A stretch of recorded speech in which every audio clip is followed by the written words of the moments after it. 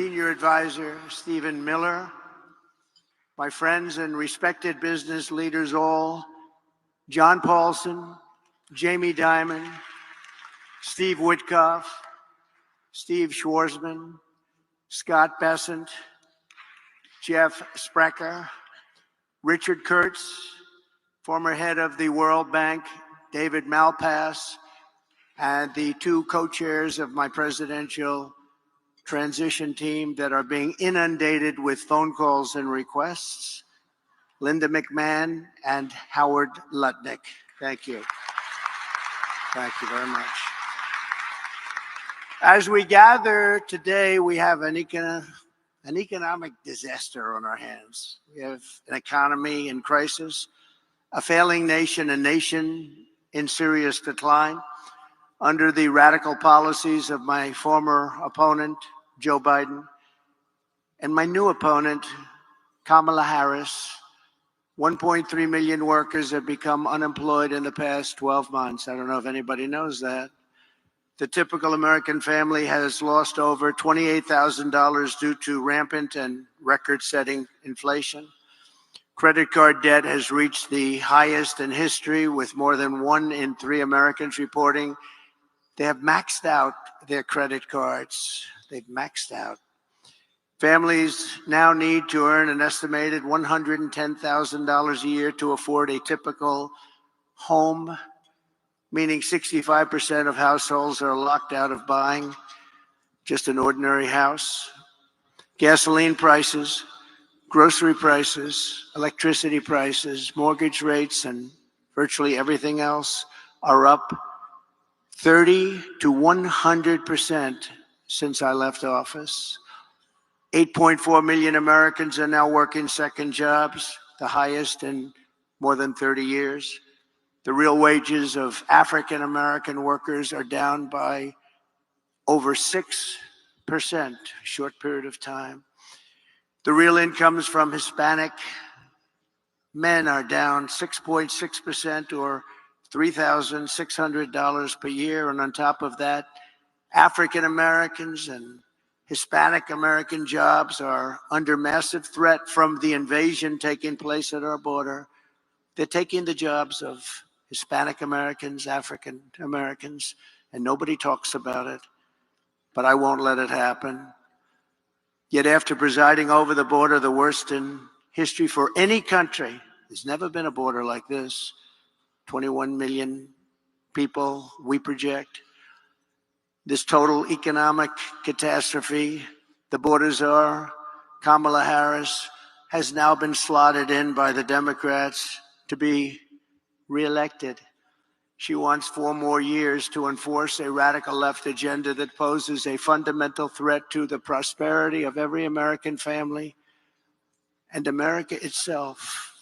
And we're talking about America itself. She wants to defund the police, have totally open borders, ban fracking in Pennsylvania and everywhere else, take away your private health insurance, and perhaps most pertinent to the very brilliant people in this room, raise your business and corporate taxes, and unbelievably, she will seek a tax on unrealized capital gains. Most people don't even know what that means. What does it mean? She has been after all of this for years, and as everyone knows, she's a Marxist who destroyed almost single-handedly San Francisco, and when she was the AG, California itself, not the same place. People are leaving. They're fleeing like they are in New York. She'll seek out and she will try and get those things if she's elected, and she may very well succeed in getting them. She recently said her values have not changed, and these have really been her values for her entire career. Her values haven't changed. That's what she wants. So she told the truth. We're not going to let this happen. Communism is the past, freedom is the future, and it is time to send Comrade Kamala Harris back home to California, where crime is rampant, and fleeing is the #1 occupation. I'm here today to lay out my plan to rescue our country from this nightmare and to bring back to its citizens the American dream, bigger, better, and stronger than ever before. 8 years ago, I came before you as a candidate for president and shared my vision to end the stagnation and return to rapid growth. That's what we did. As president, I am very proud to say that we accomplished something that nobody thought that was even possible. Before the pandemic, real median household income rose by $7,684. And even after the pandemic, annual incomes were up $6,400. The average American household saw a $197,000 increase in real net worth in 48 months. For the bottom 50% of households, average wealth more than doubled, increasing by 121%. Lowest income people benefited the most. After 12 years of decline, we added nearly 7 million new homeowners. Never happened before. And in 3 years, we created 7 million new jobs, 260% more than projected when I took office. When I took office, they said you couldn't hit those projections. And we were 260% higher than what we said we could do. From the day I won to the day I left, the S&P 500 increased by 80%, and we did it all with virtually no inflation. We had virtually no inflation. Think of that. Who could believe that? I delivered the largest tax cuts and reform in American history by far, slashing rates for working families and cutting the business tax from the highest in the world. We had the highest in the world, 35%. And actually, when you add local and state numbers that were getting close to 50, but much, much higher, nobody's ever seen. We brought it all the way down to 21%, which everybody said was impossible to do. And I heard it from everyone. They said, you'll never be able to do that. And I got it down to 21%. I cut a record number of job-killing regulations. In 4 years, we cut more regulation than any president in the history of our country, by far. I'm proud to be the only president in modern history to achieve a net regulatory reduction during my term. And it was a substantial reduction. And for every regulation we added, we cut more than 5.5 regulations. We unleashed American energy, and within 3 years, we had increased domestic oil production by 47%, and we were just getting started. The price of gasoline was $1.87 a gallon. Doesn't that sound good right now? We negotiated and renegotiated more than 50 trade agreements with other countries that were taking advantage of us, as they all do, to protect the American worker and to open foreign markets, and we did a great job. I ended NAFTA, the worst trade deal ever made in the history of our country, and replaced it with the USMCA, perhaps the best trade deal ever made in history. That's Mexico and Canada. I stood up to China like no one else before me. No one came even close. And I saved the US auto industry from obliteration with a 27.5% tariff on all Chinese cars that remains in place to this day. They want to take it off, but they can't, because #1, it's too much money, and #2, we would be invaded by Chinese cars on top of the other invasions that are taking place. Without it, our auto industry would be dead. And now I am going further. We will bring our automaking industry to the record levels of 37 years ago, and we'll be able to do it very quickly through tariffs and other smart use of certain things that we have that other countries don't. For 4 straight years, I fought for American workers like I would fight for my own family. I took care of our economy like I would take care of my own company. In every decision I asked, will I create jobs here or will I be sending jobs overseas? Will it make America richer and stronger, or will it make our country weaker and poorer? I always put America first every single time. And when our country was hit by the China virus, we saved the economy. We rescued tens of millions of jobs. And after COVID, I handed Kamala and Joe the fastest and strongest recovery ever recorded, nothing even close. With 1.4% inflation, the 30-year mortgage rate was at 2.4%, and the highest stock market in history. This is despite the pandemic. To date, I handed them back the highest stock market to date after having just suffered with the rest of the world a pandemic, the likes of which nobody had ever seen before. We did an incredible job, and remember, far more people died of COVID under Biden-Harris than under President Trump. Many, many more people. We delivered an economic miracle, which Kamala and Joe turned into an economic disaster, just like they turned the border and indeed the whole world into a catastrophic surrender. Starting on day one, Kamala launched a war on American energy and orchestrated a nation-wrecking border invasion with illegal aliens pouring in from countries all over the world. They came in from countries that nobody ever heard the name of that country. Those countries, from their prisons and jails, there is a difference, from mental institutions and insane asylums, as well as record numbers of terrorists, human traffickers, and sex traffickers. Numbers that we've never seen before taking place over the last 3.5 years. Then Kamala cast the deciding votes on trillions of dollars in wasteful spending, which together with their terrible energy policies gave us the worst inflation perhaps in the history of our country. Nearly 2/3 of the jobs created under the Harris-Biden administration were bounce-back jobs. Bounce back. They were bounce-back jobs that I handed them from before the pandemic. This happens with pandemics. You have bounce-back jobs. The pandemic comes and it goes, and those people go back to their jobs. And just last week, Joe Biden admitted that on social media. I don't know if he knew what he admitted, but that's what it said. I wonder who drew it. Perhaps that person is no longer employed by the Democrats.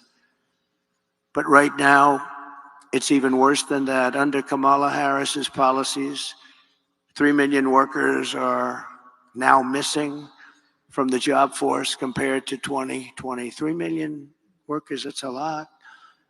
Over 500,000 fewer people have full-time jobs today than just 1 year ago, and 100% of the net job creation in the past year has gone to illegal migrants. Think of that. 100% of the jobs created under this administration has gone to illegal migrants that came into our country. Joe Biden and Kamala Harris formed the worst presidency and vice presidency by far in the history of our country.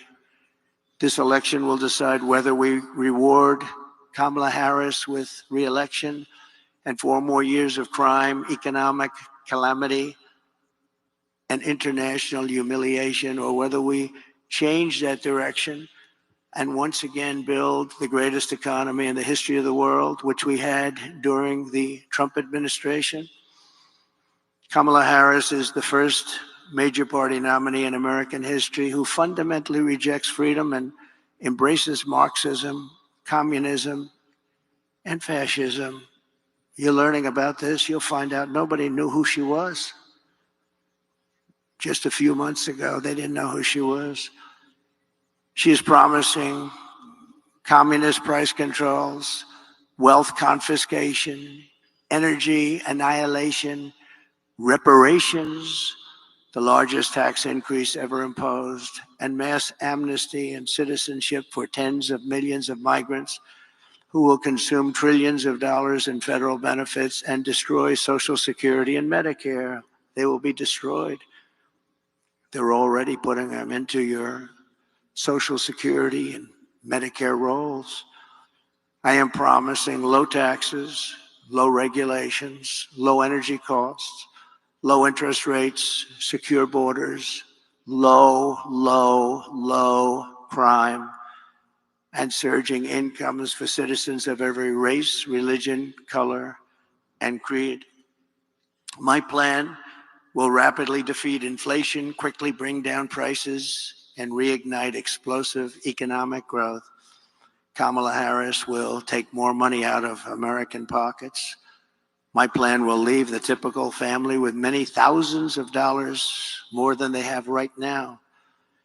First, I will end Kamala Harris's anti-energy crusade and implement a policy of energy abundance, energy independence, and even energy dominance. We have more liquid gold under our feet than any other country, including Russia and Saudi Arabia. We'll be using it.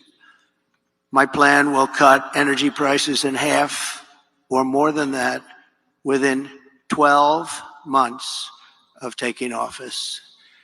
It will be an economic revival of our country like no one has ever seen before. Energy was what caused our problem initially. Energy is going to bring us back. That means we're going down and getting gasoline below $2 a gallon, bring down the price of everything from electricity rates to groceries, airfares, and housing costs.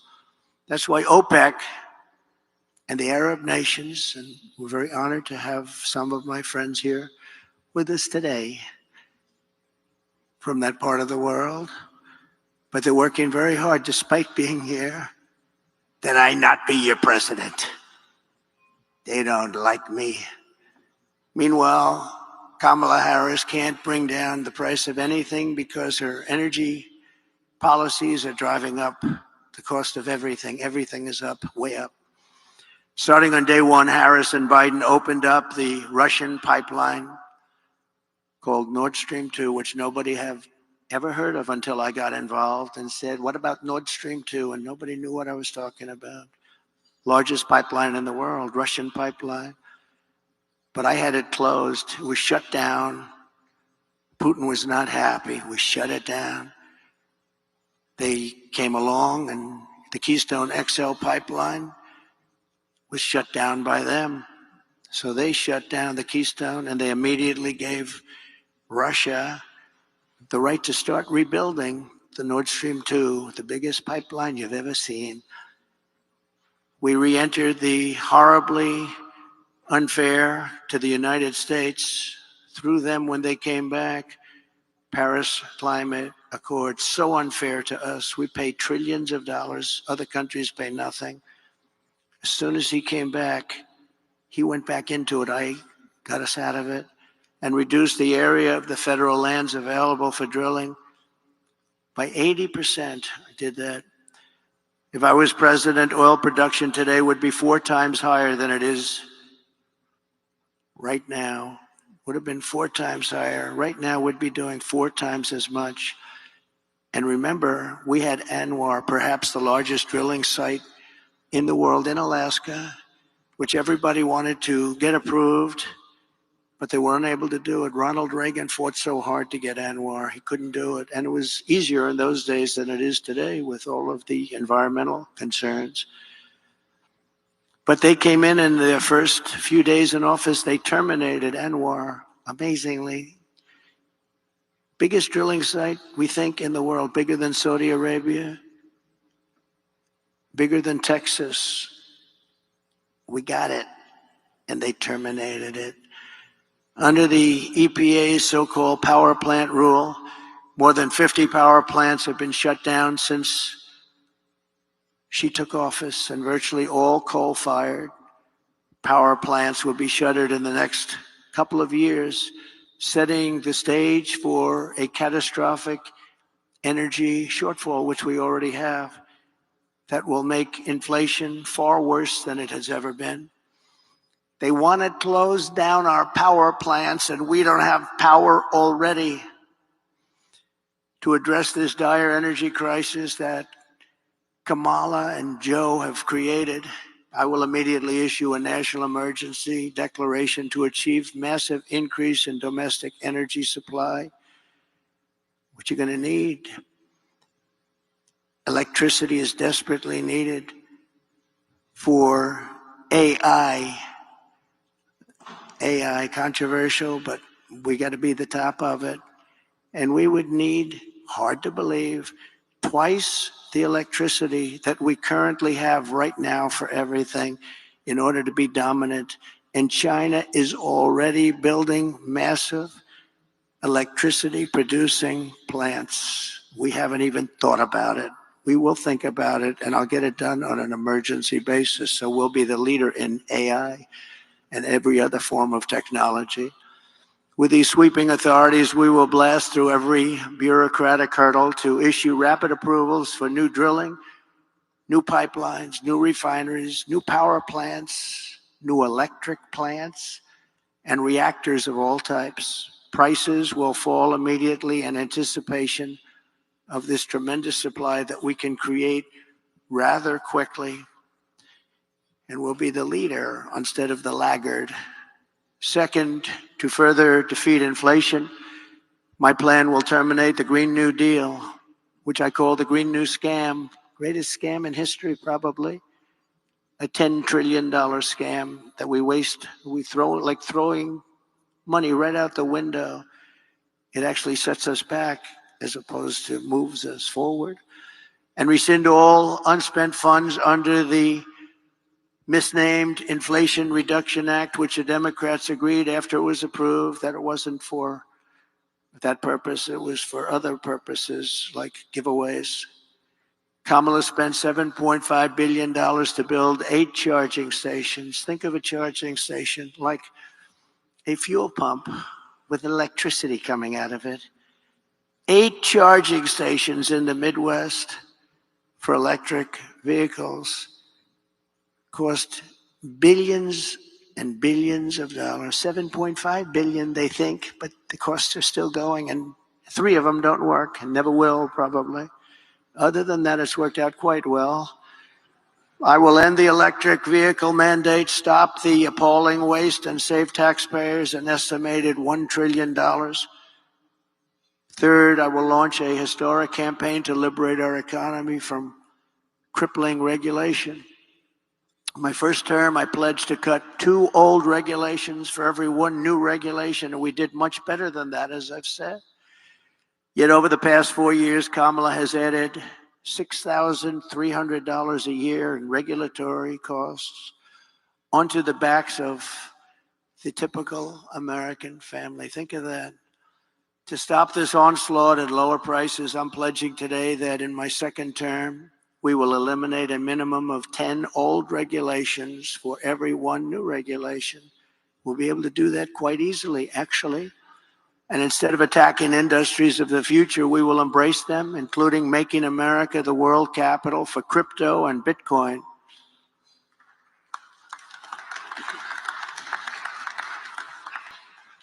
Fourth, at the suggestion of Elon Musk, who has given me his complete and total endorsement. That's nice. Smart guy. He knows what he's doing.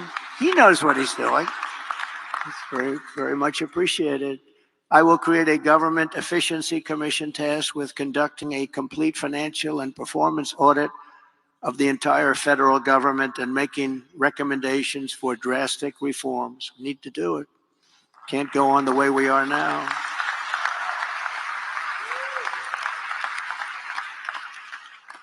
And Elon, because he's not very busy, has agreed to head that task force. Be interesting. If he has the time, that'd be a good one to do it, but he's agreed to do it. In 2022, fraud and improper payments alone cost taxpayers an estimated hundreds of billions of dollars. As the first order of business, this commission will develop an action plan to totally eliminate fraud and improper payments within 6 months. This will save trillions of dollars, trillions. It's massive. For the same service that you have right now, trillions of dollars is wasted and gone, and nobody knows where it went. Further taming inflation and bringing prices way down. The fifth pillar of my plan is to make the Trump tax cuts permanent. They are massive tax cuts, biggest ever, permanent. And to cut taxes even more, and we will have no tax on tips, something which they copied 4 weeks after I said it. She got up, said, no tax on tips. I said, I just said that. She is actually copying a lot of my plan. In fact, we're going to send her a MAGA cap sometime in the next week. We're having a special one made. But we also know she doesn't mean it. She's going to stick with what her whole life has been about.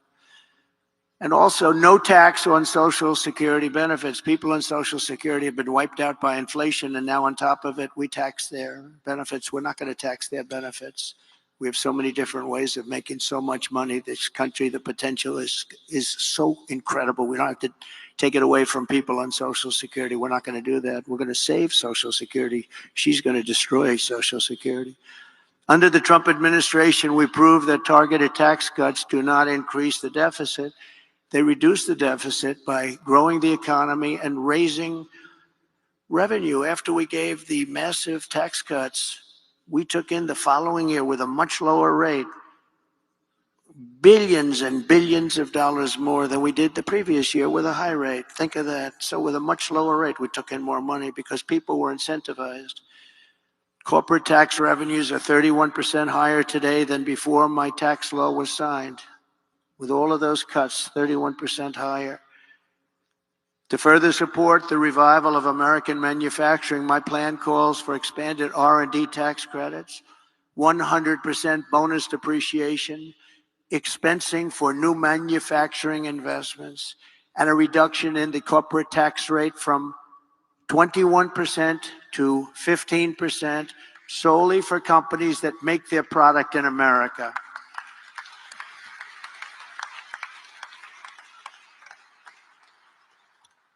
You have to make your product in America. If you outsource, offshore, or replace American workers, you're not eligible for any of these benefits. In fact, you will pay a very substantial tariff when a product comes in from another country that's made in another country and comes in. There'll be a big tariff on that product because we want to make our goods in America, and most of them we can. My message is simple. Make your product here in America and only in America. We are not going to be taken advantage of anymore, just as we made great inroads and progress 4 years ago. We made tremendous inroads on this subject. We're not going to watch our wealth and jobs get ripped away from us and sent to foreign countries, which is what's been happening for many, many decades with us. China was built on doing exactly what we're going to be doing and what I started doing 4 years ago. What we're putting forward is the most pro-American manufacturing and jobs policy in modern history for any country. This plan will bring jobs and growth into our country at levels never seen before. Every business on earth will flock to America from Europe, Asia, the Middle East, and all over the world. By contrast, Comrade Kamala Harris wants to sacrifice our wealth, kill the economy, and drive jobs overseas to punish businesses more. Businesses will leave. They'll leave America. They're international companies. They report to their shareholders, and they will leave America if her plan, even in a small form, comes to the fore. Her tax plan, which includes the promise to end the Trump tax cuts, which again by itself would be a massive tax increase, would increase taxes by over $5 trillion, a record many times over. It would result in the largest small business tax hike in history, massively raising taxes on 25 million small business people and raising small business tax rates to 43% and higher. In other words, 20% higher than communist China. Kamala is also vowing to raise the corporate tax rate from 21 to 28%. We're bringing it down to 15%. But she really is looking to raise it to 40, 45, or even 50%. You know that. All you have to do is follow her past path. Radically raise the capital gains tax rate, which she wants to do, and they don't even want to give a number. And for the first time ever, impose a 25% tax on unrealized capital gains. So if you happen to have a lot of wealth but no cash, you're in a lot of trouble. This will lead America into a 1929 depression, and it will be a depression and a territory that we have not seen for a long time. There's a gentleman that happens to believe that, Scott. These policies, especially the tax on unrealized capital gains, would decimate the U.S. economy. Companies and innovation would flee from America to other countries. Venture capital markets would disappear, the stock market would be annihilated, and investors assess the tax liabilities of large shareholders. The seniors and senior pensions would totally go up in smoke. They'd be worthless. These are not the policies designed to create a prosperous America. These are policies to turn the United States into Venezuela on steroids. Even if for this reason alone, Kamala Harris must be defeated decisively this November. Has to be defeated. Cannot have her be the president of the United States. Under Kamala, the United States is becoming a third world banana republic. She and her party are censoring speech, weaponizing the justice system, and trying to throw their political opponents, me, in jail. This hasn't happened.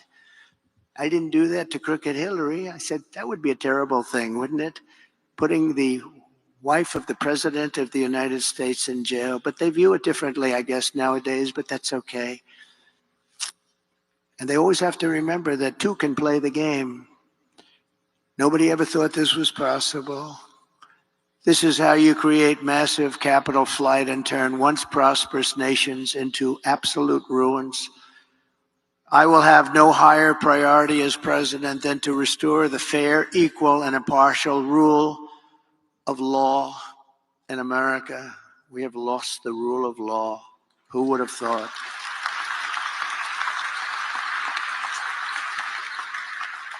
Number 6, under my leadership, America will encourage domestic production instead of punishing it. As you know, our country's vast manufacturing wealth was created at a time with very little domestic taxation, few regulations, and most revenue came from tariffs from other countries. That was when we were at the wealthiest ever, proportionately. We were the wealthiest country ever during those days. That was before income tax came along. Now we foolishly do the opposite. We impose lower tariffs and no tariffs on foreign producers. We have the lowest tariffs of any nation in the world, and we relentlessly punish our own companies for doing business in America. You do business in America, you're punished tremendously. I had many, many companies come to me, sir, I can't compete. They're sending kitchen cabinets, washers and dryers, everything. I can tell you, every motorcycles, they're sending them here, sir. We can't compete. And I made it so they could compete and thrive. Every one of those people, we should get them up and talk to you one day, because every one of those people comes up to me, and every time I see them, they hug me, they kiss me, they love me, because I saved their businesses. I intend to reverse this model and once again turn America into the manufacturing superpower of the world. We can do that just with being intelligent. The key to this effort will be a pro-American trade policy that uses tariffs to encourage production here and bring trillions and trillions of dollars back home. And you know what? We deserve it. We've been helping other countries get rich at our expense. For the last 50 years, we've been pouring our money into other countries, getting nothing nothing for it. We protect them militarily. We do so much for them. We get nothing. My plan is that if you open your factory in Wisconsin, Pennsylvania, Michigan, Minnesota, anywhere else in our country, you don't pay a tariff tax. You don't pay a tax. You make the product here. But if you move your production outside of the United States and send it back here, which people are doing now, and I stopped it cold, but they've changed that already, then you'll have to pay a very substantial tariff to get your product back into the country. The result will be that everybody in the world will want to be here and they want to produce here. They're going to want to produce their product in America. It's going to say made in the USA. We will be able to build ships again. We will be able to build planes again. We will be able to build our military again from within, all from within. We will create the biggest, greatest, and strongest middle class in the history of our country. We will have tens of millions of high-paying jobs in manufacturing, transportation, defense, as well as all of the sales and support of export jobs. Our auto industry will be the biggest beneficiary. In short, it will be a national economic renaissance just by using our heads, by being smart, by not letting other countries take advantage of us. They've been doing it for so long. It's so sad to see. And I know them all, and they laugh at us behind our back. They can't believe how stupid our leadership has been for so many years. We will ensure that the United States has a giant steel industry, an aluminum industry, a manufacturing base, and a defense base. We want an industrial base that can take care of our defense needs 100%. And you can call it what you want. Some might say it's economic nationalism. I call it common sense. I call it America first. This is the policy that built this country, and this is the policy that will save our country. In the words of a great but highly underrated president, William McKinley, highly underrated, the protective tariff policy of the Republicans has been made and made the lives of our countrymen sweeter and brighter. It's the best for our citizenship and our civilization, and it opens up a higher and better destiny for our people. We have to take care of our own nation and her industries first. In other words, take care of our country first. This is when we had our greatest wealth. He was assassinated, and he left his group of people that followed him. Teddy Roosevelt became a great president, spending the money that was made by McKinley. So McKinley got a bad deal on that one. He built tremendous wealth. They had the Tariff Act of 1887, and they had a committee that studied, what are we going to do? They had a big problem, a problem like I hope to have with this country someday. So much money was coming in from foreign countries that they didn't know how to spend it. They had no idea. So they set up a committee. We'll set one up with the people in this room. How do we distribute the wealth that we have? And Roosevelt built dams and built railroads and did national parks. But he did it with the money that was made with tariffs from McKinley. So you have to remember that. Very highly underrated, a very underrated president. Let's give them both credit. Smart tariffs will not create inflation. They will combat inflation. I had almost no inflation, and I had the highest tariffs that anyone's seen, and they were going a lot higher. Foreign nations will pay us hundreds of billions of dollars, reducing the deficit and driving inflation down. It'll largely reduce our deficit. In my first term, we imposed historic tariffs with no effect on consumer prices or inflation. The anti-tariff people, many of them, I believe, honestly work for these other countries in some form, get tremendous amounts of lobbying money and other money because it doesn't make sense what they're saying. But we had no inflation, and we had protection, and I saved so many industries. I saved the steel industry. But Biden and Harris are letting it go. They're letting it go. It's so easy to keep. A combination of fair trade, tax cuts, regulatory cuts, and energy abundance will allow us to produce more goods better and cheaper right here in the USA than we've ever done before. And foreign nations will respect us again. I got along great with foreign nations, and I taxed the hell out of them. And they liked me. Maybe they respected me. And Viktor Orban, a very strong man, he's the prime minister of Hungary.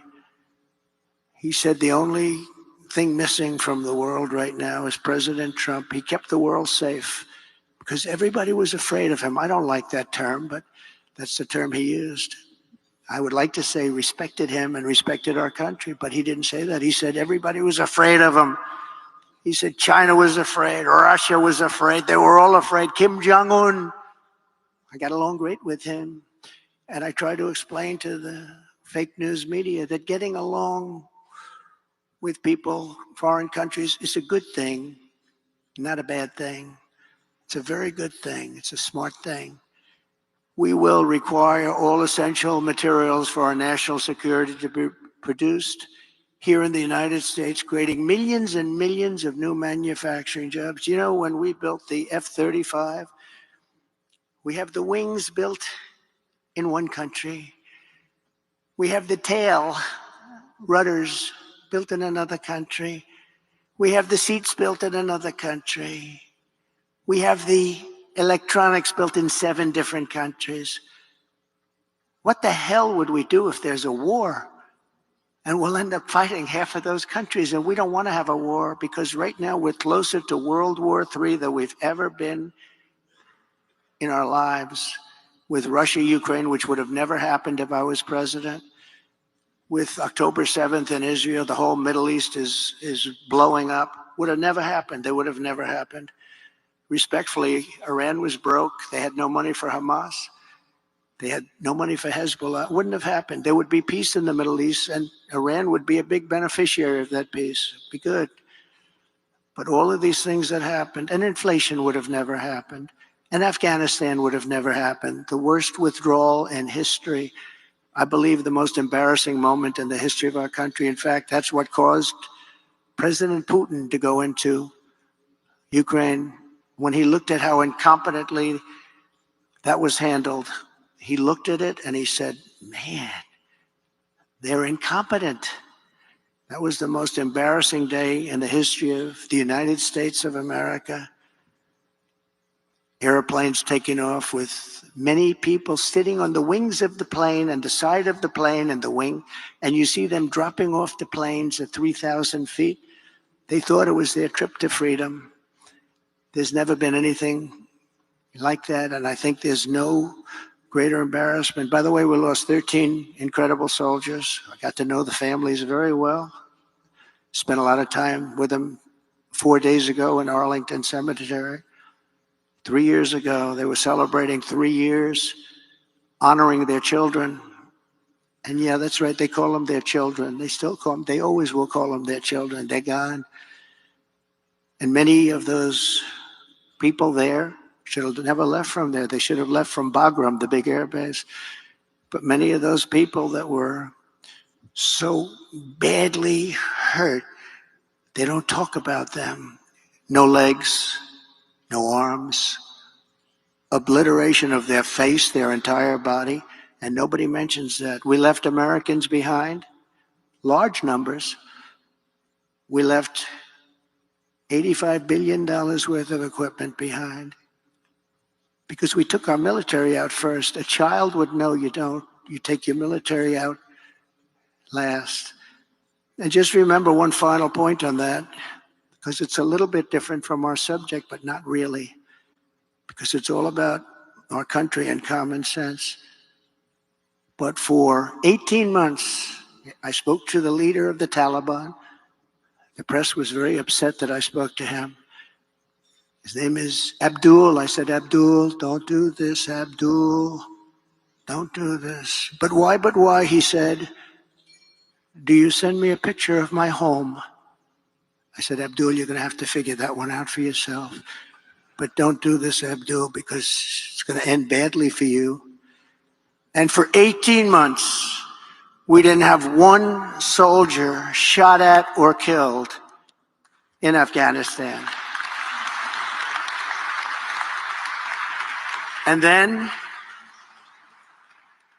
we took our soldiers out. We had a very, very disgraceful election.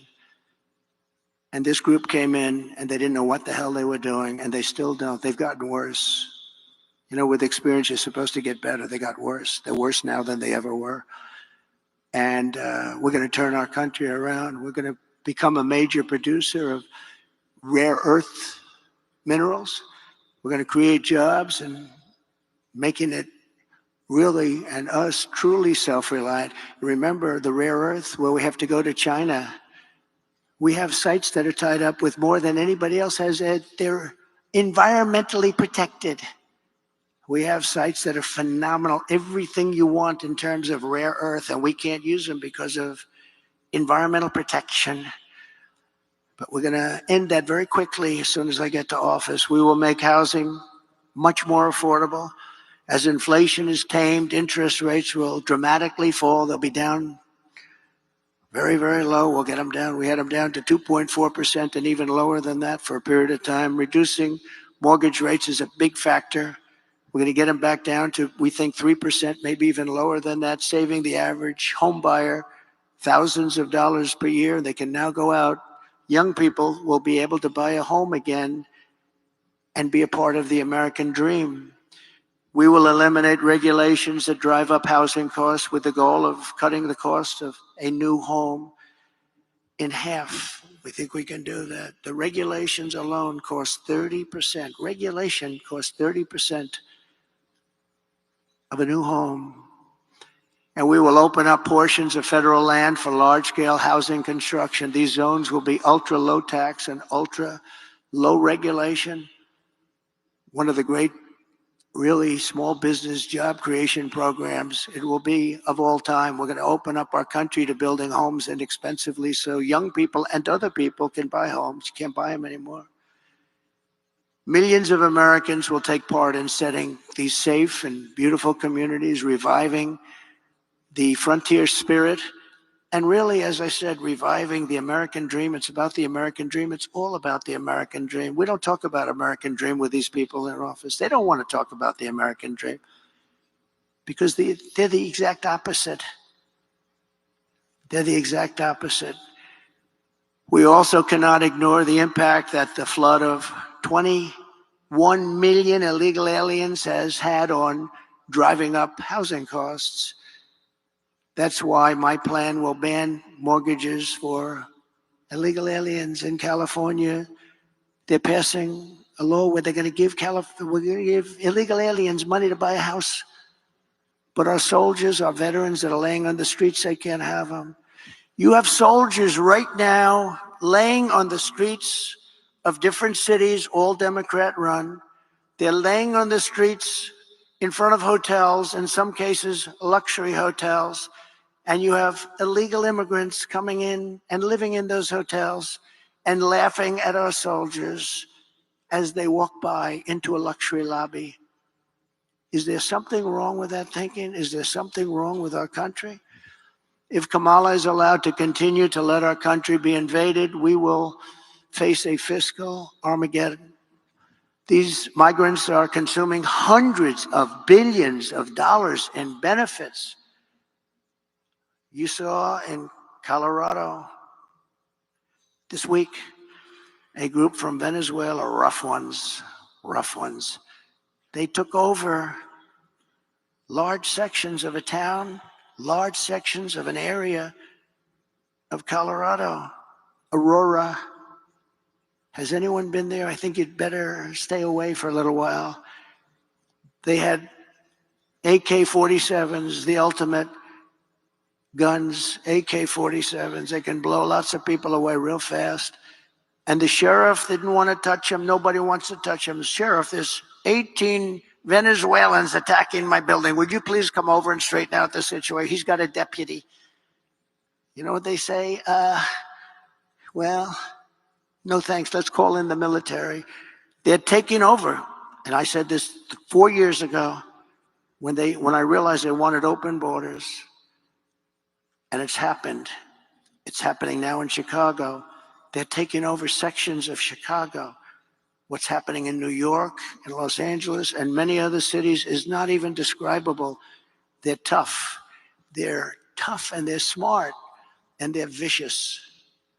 Don't forget, they come from the prisons and they're the bad criminals on the streets. Caracas, Venezuela, has almost no crime. Next year, I'm going to suggest that the Economic Club hold its meeting in Caracas because we'll be safer than we are in our country if they win.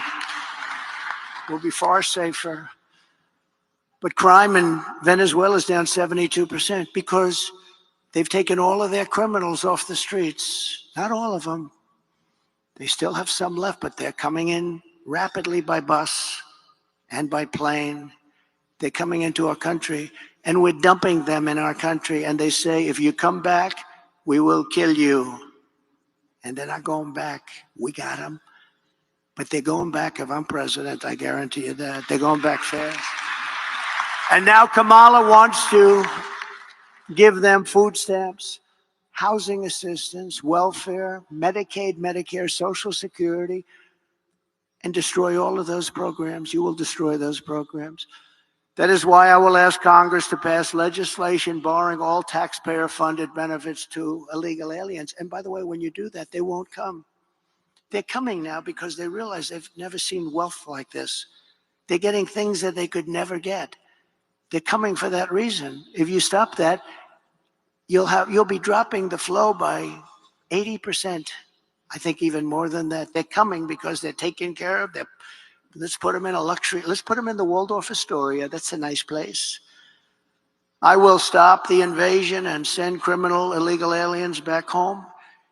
And when we do all of this, we will be so successful. We'll create America's own sovereign wealth fund to invest in great national endeavors for the benefit of all of the American people.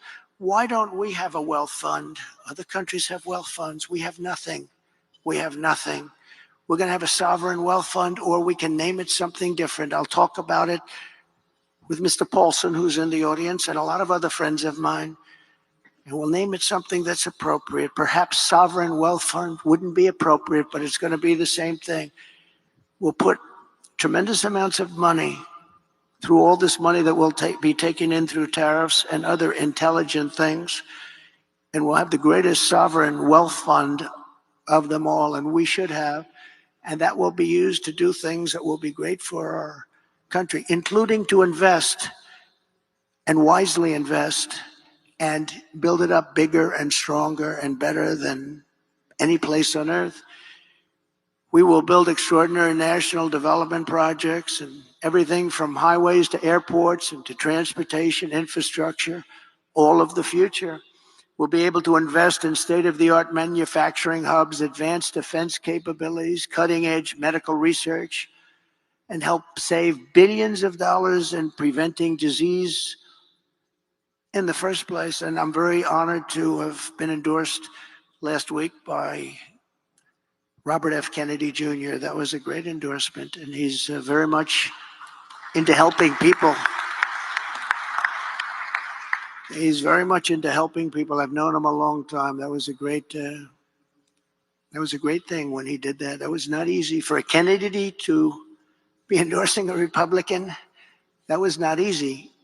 But these are not Democrats. These are radical left lunatics, and you can't let them run your country. We will invest in new and modern agricultural techniques so we can have safe, healthy, high-quality foods for our families. That's where Bobby is so interested, foods. He says we're putting a lot of bad foods in our body. You look at other countries which do far less, and they're actually much healthier than we are. This wealth fund will return a gigantic profit, which will help pay down national debt. We're going to work on national debt very strongly, by the way. We're going to have so much money coming in. We're going to work on national debt. We're close to $36 trillion right now. We're going to work on getting it down. And it is many of the people in this room who will be helping to advise and recommend investments for this fund. This is how we will end the era of inflation, mayhem, and misery under Kamala Harris, the worst vice president in the history of our country, and unleash a new era of safety, prosperity, and success for our workers, our families, and our businesses. And I've done it before. We did a great job, and now we really know our job well. I know the smartest, the best people. We have the best people. We have people that, many in this room, they know exactly what we want to do. You know, it's interesting having experience because I won an election. I went to Washington. I was only in Washington 17 times. I never stayed over. That's according to the fake news, but I think they're right. But I got to know Washington well. And I know the smart ones and the dumb ones. I know the ones that can help make us great and the ones that can only take us into bad territory. I got to know a lot of people, probably as many as anybody at that level. And we have incredible talent, and we're going to be using that talent. We had some incredible talent, much of it sitting up here and sitting down here. They did a great job on trade. Bob Lighthizer, so many other people did such a great job. We rebuilt our military. We rebuilt our entire military, did a great job. We have great generals, not the television generals, not the generals that took us out of Afghanistan in 24 hours and left that horrible situation, but we have great generals. We defeated ISIS. It was supposed to take 5 years. It took me 4 weeks. 4 weeks. Our generals did a great job. We have great people in our military, and our military is not woke. Believe me, you couldn't get these guys to be woke. Some of the guys on top are woke, but those aren't the ones that are great. So we're going to do things that we didn't do even the first time. We had a great presidency. There was an article written the other day that the Trump presidency was a great presidency. With victory on November 5th, which will go down as the most important day in the history of our country, inflation will be gone. Our energy will be unleashed. Our economy will be set free. Our sovereignty will be restored. Our citizens will thrive. Growth will come roaring back, and America's future will be brighter than ever before. So I want to thank you all. This has been a lovely experience. It was years ago that I was here. We talked about what we were going to do, and we did just about everything we said. And if you'd like, we'll take a few questions, Bob. Great. Thank you very much, Mr. Trump. Thank you.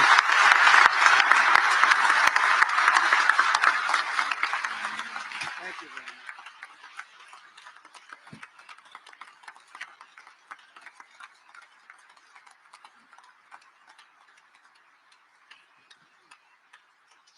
Thank you very much.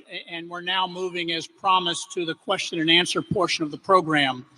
Our 4 very able questioners today are H. Rajan Cohen, the Senior Chair of Sullivan & Cromwell, Sandra Gerber, Founding and Managing Partner, CEO and CIO of Hudson Bay Capital, Mr. John Paulson, founder of Paulson & Company, and Rashma Sanjani, founder and CEO of Girls Who Code and Moms First. We're going to go in alphabetical order, and therefore, Raj, you have the first question. Thank you, Bob, and thank you, Mr. President. Thank you. I would like to ask about the United States economic sanctions programs. These programs have been used, as you well know, to advance our national security interests, our foreign policy objectives, but they also have economic implications. And the most recent was the program against Russia in response to their invasion of Ukraine, where for once we got the support of all our allies. So my specific question is, would you strengthen or modify any of these economic sanctions programs, particularly Russia, including the pipeline you mentioned? Well, it's a great question. The problem with what we have with sanctions, and I was a user of sanctions, but I put them on and take them off as quickly as possible because ultimately it kills your dollar and it kills everything the dollar represents, and we have to continue to have that be the world currency. I think it's important. I think it would be losing a war. If we lost If we lost the dollar as the world currency, I think that would be the equivalent of losing a war. That would make us a third world country, and we can't let it happen. So I use sanctions very powerfully against countries that deserve it, and then I take them off. Because look, you're losing Iran, you're losing Russia. China is out there trying to get their currency to be the dominant currency, as you know better than anybody. All of these things are happening. You're losing so many countries because there's so much conflict with all of these countries that you're going to lose that, and we can't lose that. So I want to use sanctions as little as possible. One of the things that we have with tariffs is that I'll say to them, you don't honor the dollar as your world currency. Is that right? You're not going to do it? No, we're not. I said, that's okay. I'm going to put tariffs all over your product. And they're going to say, sir, we'd love to honor the dollar as the world currency. You know, tariffs, in addition to monetary and the money that we'll take in, which will be bigger than you've ever seen in this country before, gives you tremendous political power for something like that, as an example. I stopped wars with the threat of tariffs. I stopped wars with two countries that mattered a lot. A lot of people would have been killed. And I threatened tariffs coming into the United States if they don't make peace. And we made we didn't have conflicts like you have right now. We had very intelligent people. But the biggest threat you have is you lose that currency, and we have lost something that you'll never get back. And we can keep it if we're smart, but they use it too much, and then they just forget about it. And these countries like Russia, it's going out now and doing its own thing. And, you know, they're going out bragging about how they don't need us anymore, et cetera, et cetera. The sad part about Russia is that Ukraine would have never happened if I was president. So we wouldn't really have to be talking about sanctions, but it did happen. And one of the things I'm going to do, a little bit relevant to your question, is if we win, I believe I can settle that war while I'm president-elect. Before I ever get into office, I can get that war settled and get that war stopped, because it's a horrible, horrible war. And far more people are killed in Ukraine, far more people than you're realizing. They'll knock down this massive building, amazing, the size of these buildings, they'll knock it down. They'll say nobody was injured. No, a lot of people were killed. The real numbers are far greater than what people are looking at. So I think it's a very important thing. Sanctions have to be used very judiciously, and you can win. We have things much more powerful, actually, than sanctions. We have trade, but we cannot lose our dollar standard. Very important. Thank you very much. Great. Sander? Thank you, Mr. President, for all the details on your economic policy. As you alluded to, tariffs are the other side of sanctions. And given that China is our major trading partner with our largest imbalance and possibly our chief national security threat to the United States, how can we better institutionalize trade policy and national security policy to be coordinated? So I had a great relationship with President Xi of China, really very close relationship. Now, look, he likes China, I like us, so, but I don't want to sound foolish. He was my dear, dear friend. He's a tough guy. He's a fierce person. I say very smart. You know, when you say he's smart, the fake news goes crazy. He said President Xi is smart. And I say, yeah, well, he controls 1.4 billion people with an iron fist. He's smart. But we had a very good relationship with China until COVID. And when that came in, it was a whole different ballgame as far as I was concerned. You know, we made a great China trade deal, maybe better than the USMCA. And I'd never talk about it, because what happened with COVID for the whole world, $60 trillion and, you know, deaths, 70 million, 60, nobody even knows how many deaths. And it all came out of Wuhan. So it changed my relationship. But I think I'll have a great relationship with China. I had one before, and they respected us, but they respected us because they no longer thought we were fools. They used to think we were fools because we built China. They would take over $500 billion a year and use it for their military and other things. And we got nothing out of that. We got some cheap product. You can buy 19 pencils instead of 2. Who the hell cares?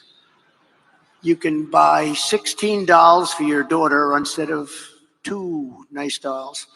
And we got very little out of that relationship. They got a tremendous military power, and they still have it today. So, but I believe we will have a very good relationship with China and with a lot of other countries that we're not getting along with too well today.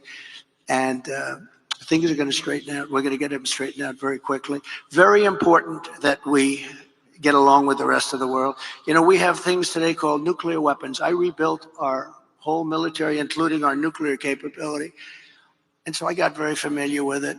And, you know, I say this often because I had an uncle who was the longest serving, I believe the longest serving, I was told that by MIT, but he was there 39, I guess, or 41 years, longest serving professor in the history of MIT, and nuclear was something he knew a lot about.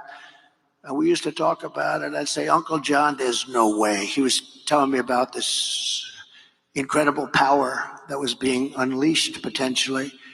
And I say, Uncle John, you could never. And you know what? He was very modest, because I've seen the destructive capability, and this world is going to have to get along, because if that's ever unleashed, we already have too many countries that have at least remnants of it, some of it, but probably 5 countries if you think. And Kim Jong-un, when I went to the White House after winning in 2016, I sat with President Obama, which is a ritual, and you sit and you talk. And I said, what's the biggest problem? He said, North Korea is the biggest problem. I don't think it's solvable. I said, have you tried calling him or talking to him? And actually, the answer was yes, and he wasn't responded to. But I did, and we were very safe. It started off a little rocky, if you remember. Little Rocket Man, I called him, and he called me things too. He's got a red button on his desk. I said, I have a bigger red button, and my red button works. I said, and then it started getting a little nicer. And then one day I got a call that they'd like to meet. And it was a great thing. We had a great meeting. We had 2 meetings, actually 2 great meetings, summits. And we had no problem with them. Now they have a problem because they're not liking this administration. They don't respect this administration at all.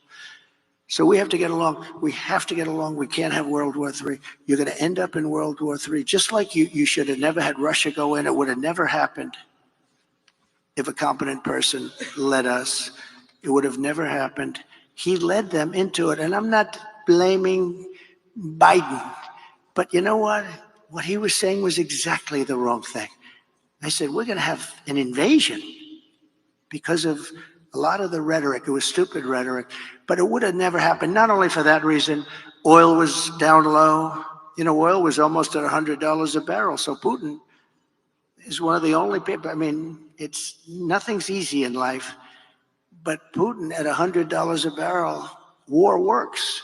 At $40 a barrel, it didn't work at all.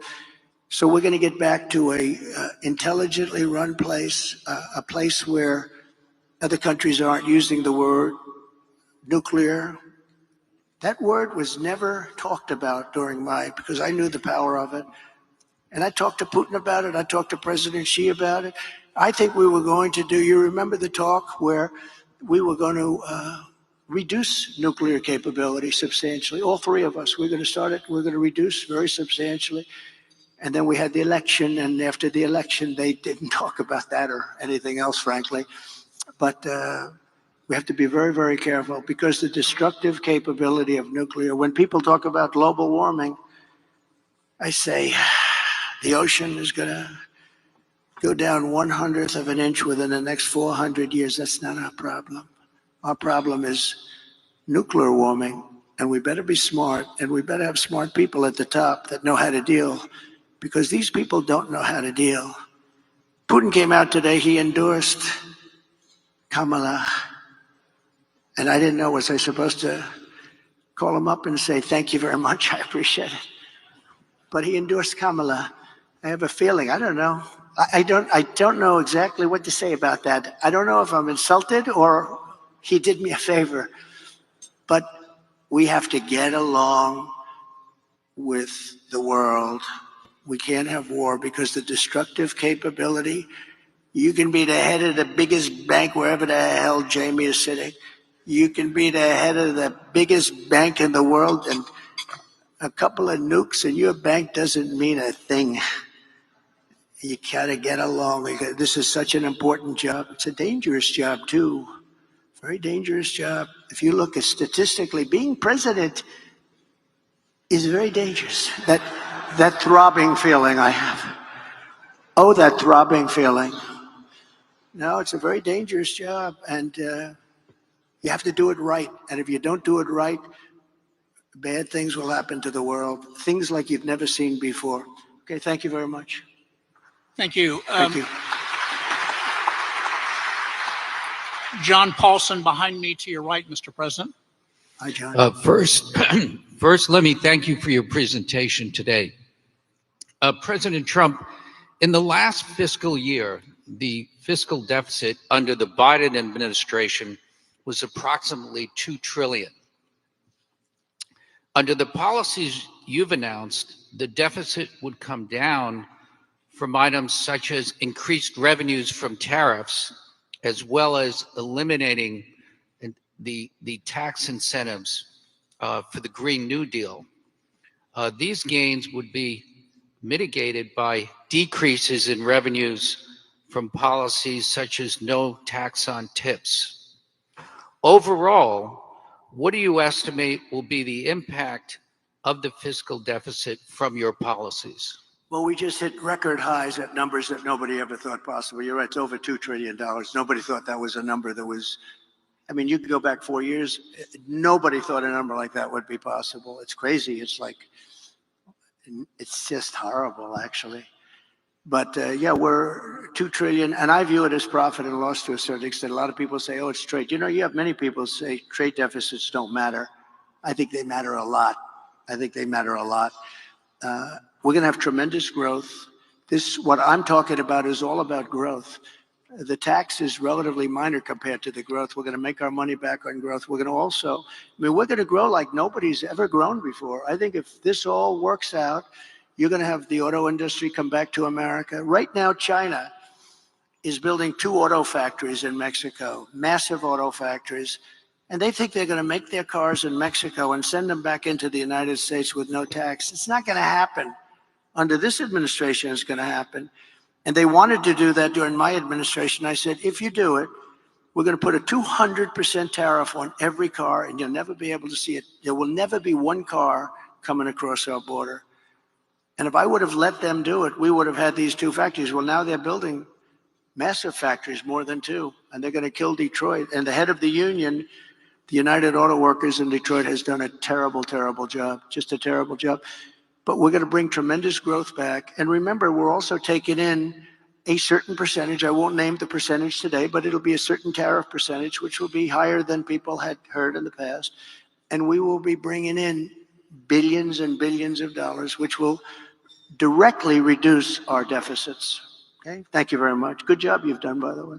Very good. Thank you. And the final question, Resma, is to you. Thank you. President Trump, you talked about how the increase in the price of food, gas, and rent is hurting families. But the real cost that's breaking families' backs and preventing women from participating in the workforce is childcare. Childcare is now more expensive than rent for working families and is costing the economy more than $122 billion a year, making it one of the most urgent economic issues that is facing our country.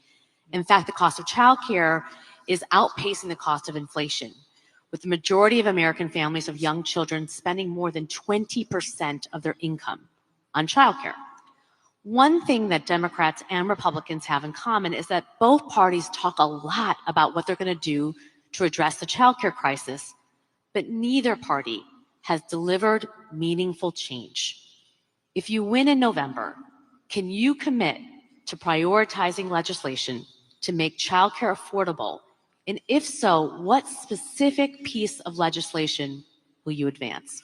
Well, I would do that, and we're sitting down. You know, I was somebody, we had Senator Marco Rubio, and my daughter Ivanka was so impactful on that issue. It's a very important issue. But I think when you talk about the kind of numbers that I'm talking about, that because the childcare is childcare, it's couldn't, you know, there's something, you have to have it. In this country, you have to have it. But when you talk about those numbers compared to the kind of numbers that I'm talking about by taxing foreign nations at levels that they're not used to, but they'll get used to it very quickly. And it's not going to stop them from doing business with us, but they'll have a very substantial tax when they send product into our country. Those numbers are so much bigger than any numbers that we're talking about, including childcare, that it's going to take care. We're going to have, I look forward to having no deficits within a fairly short period of time, coupled with the reductions that I told you about on waste and fraud and all of the other things that are going on in our country. Because I have to stay with childcare. I want to stay with childcare, but those numbers are small relative to the kind of economic numbers that I'm talking about, including growth, but growth also headed up by what the plan is that I just told you about. We're going to be taking in trillions of dollars, and as much as childcare is talked about as being expensive, it's relatively speaking not very expensive compared to the kind of numbers we'll be taking in. We're going to make this into an incredible country that can afford to take care of its people, and then we'll worry about the rest of the world. Let's help other people. But we're going to take care of our country first. This is about America first. It's about make America great again. We have to do it because right now we're a failing nation. So we'll take care of it. Thank you. Very good question. Thank you.